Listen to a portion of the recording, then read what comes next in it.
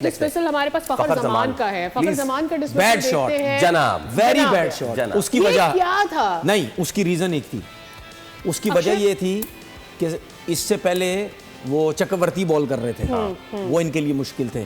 सही, ठीक है, तो इन्होंने ये सोचा कि अब आया left arm spinner, with the spin निकल के मारूंगा डाउन द विकेट इसको।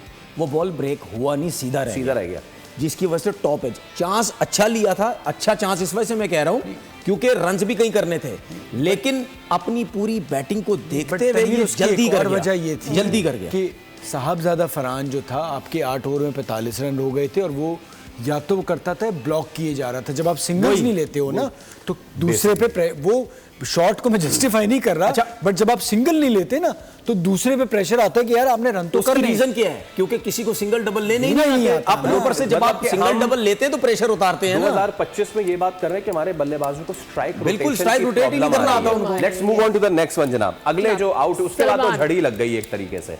उसके बाद जनाब सलमान अली आगा आउट हुए। अब ये जो सलमान आगा का जहां बॉल गिरा, अब ये यही रहने दें, यही रुकने रही। ठीक है, अगर थोड़ा सा पीछे आ जाते तो एक वो जो टप्पा लगा है बॉल का वो नजर आए, लेकिन शायद मेरे ख्याल वो और पीछे चले जाएंगे। यही रहने दें। अब ये बिल्कुल सही है। देखो कहां बॉल है और कहां से जबरदस्ती खींचा उसने। यार तो बेसिक्स है यार। नहीं, बेसिक क्या, मैं आपको क्या पिछले शो से बार बार बोल रहा हूं, हर जगह बोल रहा हूं, जहां भी बात कर रहा हूं, सलमान आगा आप माइक एसन की बातों पे मत जाएं।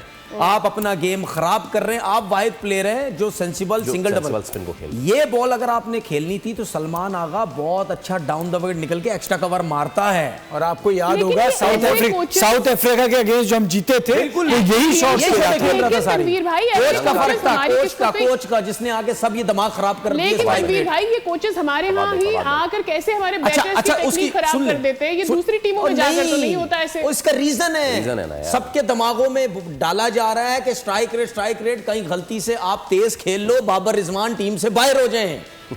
ये वजह है, उनको बाहर करने के लिए आप टीम पर बात कर रहे हैं। ये सुन ले, ये जिस तरीके से खेलते हैं ना, ये जो मिडिल ऑर्डर है, ठीक है, बाबर आजम बगैर पैडों के इनसे अच्छा खेल सकता है। साइम को उसको रिजवान को आंखों में पट्टी भी बांध दो, इनसे अच्छा खेल लेगा। मैं आपको सही बता रहा हूं, मैं बार बार बोल रहा हूं, उनको लाओ टीम में, दुआ करो उनकी फॉर्म अच्छी है। आपकी टीम के अंदर, आपकी डोमेस्टिक क्रिकेट के अंदर भाई हम भी देखते हैं, इन दोनों से अच्छे इस लेवल के प्लेयर ही नहीं है भाई।